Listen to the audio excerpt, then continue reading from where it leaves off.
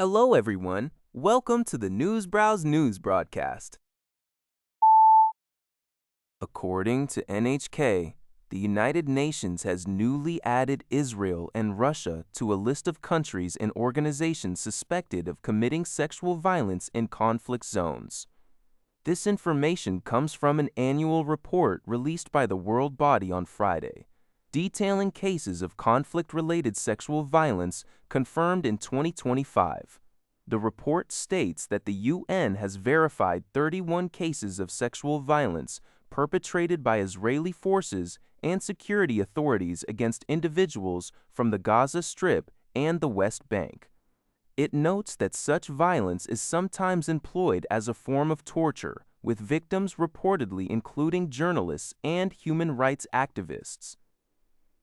Regarding Russia, the report indicates that the UN has verified 310 cases of sexual violence committed by Russian armed and security forces. These cases primarily involve Ukrainian prisoners of war and civilian detainees, on Special Representative on Sexual Violence in Conflict.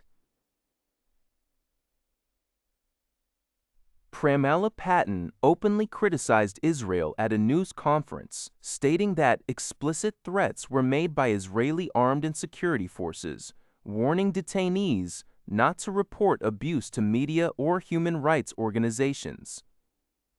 In response, Israeli ambassador to the UN, Danny Danon, announced that his country is freezing relations with the office of UN Secretary-General Antonio Guterres.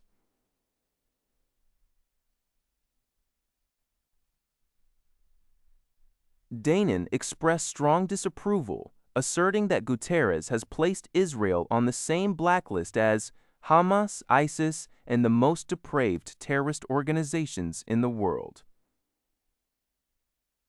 Hamas was added to this list last year.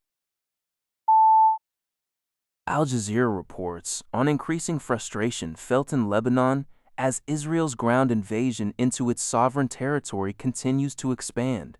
The Israeli troops have advanced deeper, notably crossing the Litani River.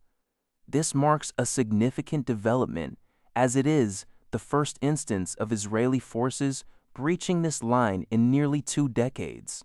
The report, explained by Obaida Hito, highlights the heightened tensions and the impact of this expanded military operation on the Lebanese population. The Canadian press reports that the Trump administration has revoked the visa of a Chinese national working for the state news agency Xinhua in the United States. This action is an apparent reciprocal response to Beijing's earlier decision to expel Vivian Wang, a China correspondent for the New York Times. Wang's expulsion reportedly stemmed from her media group's Dealbook Summit featuring Taiwanese President Lai Ching-te, where Wang herself had no direct role. The New York Times has called for Wang's reinstatement and urged both governments to reverse the deteriorating access for journalists. This latest tit-for-tat move further exacerbates an already strained situation, as the presence of U.S. media in China has significantly dwindled due to previous journalistic credential disputes. Beijing has historically used visa and accreditation policies to control foreign reporting, notably expelling 3 Wall Street Journal correspondents in 2020. The defense ministers of Japan, Australia, and New Zealand convened their first trilateral meeting in Singapore on Saturday, agreeing to enhance cooperation on defense equipment. This initiative is explicitly aimed at addressing China's growing maritime activities in the Indo-Pacific region. Japanese Defense Minister Shinjiro Koizumi emphasized the meeting's significance for peace, prosperity, and stability in the region.